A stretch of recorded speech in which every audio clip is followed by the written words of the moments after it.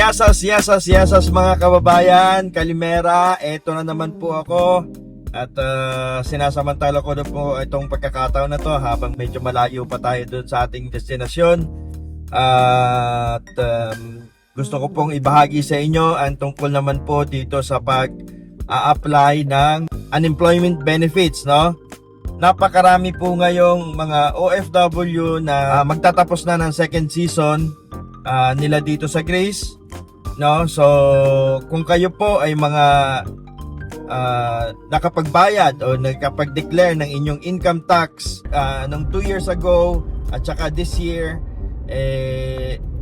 probably you are qualified na po for unemployment benefits ngayong magtatapos ng ang buwan, ano?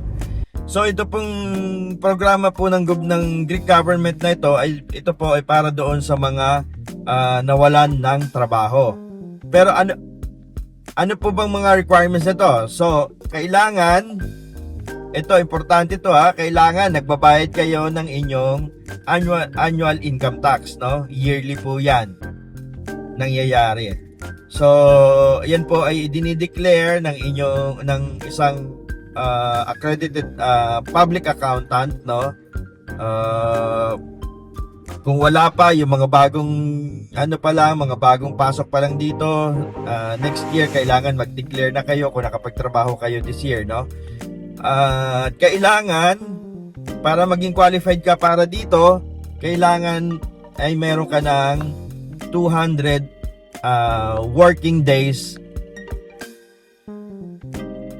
in the last 2 previous years or previous season. Let's say last year nakapagtrabaho ka na and then this year matatapos ka na. So maaari po yang ipa-check, maaari nyo po yang ipa-check doon sa inyong accountant, no?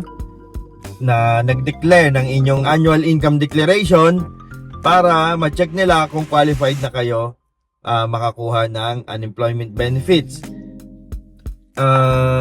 Ito rin po, kung halimbawa kayo naman po ay whole year nagtatrabaho at kayo po ay terminate, no, ng inyong employer. So importante po to, terminate, hindi po kayo nag-voluntarily resign. Kasi pag kayo terminate, ibig sabihin nawalan kayo ng trabaho. Kahit na ayaw ninyong umalis sa kumpanya, kayo inalis ng kumpanya. Pero pag kayo naman po ay voluntarily nag-resign or kusa kayong umalis sa inyong company, ibig sabihin po nun, hindi po kayo makakakuha ng unemployment benefits kasi may trabaho kayo, bakit kayo umalis, di ba? So, yun po yung isang requirements. Kailangan terminate kayo ng amo. So, doon po sa mga makakatanggap ng unemployment benefits, makakatanggap po kayo ng nasa 500. Magkano na nga ba yun? 500. Basta 500 something yun. Hindi ko masyadong ma-recall yung amount niya. At least 500 euros yon every month for 3 months, no? So kung halimbawa uuwi kayo ng Pilipinas, habang nasa Pilipinas kayo, so may tendency, meron kayong allowance na 500 monthly, no? Hindi kayo nagtatrabaho, nasa Pilipinas lang kayo, papasyal-pasyal. So meron kayong allowance na 30k pesos every month habang nagbabakasyon kayo sa Pilipinas, no? So, yun po yung unemployment benefits. So, makukuha nyo yan through bank account. I-issuehan po kayo ng gobyerno ng isang specific, parang prepaid card siya, ATM, no? So, yung kalahati nun, pwede mong withdrawin ng cash. Habang nasa Pilipinas ka, pwede mong withdrawin ng cash yun. Pero yung kalahati nun, hindi mo pwedeng withdrawin. Kaya isa-swipe mo na lang pag mamimili ka sa dito sa Greece. Hindi ko alam sa Pilipinas kung pwede mo siyang i-swipe pagka nakuha mo na ng cash yung kalahati. Kung pwede mong i-swipe doon, hindi ko lang alam kasi hindi ko rin pa nasusubukan.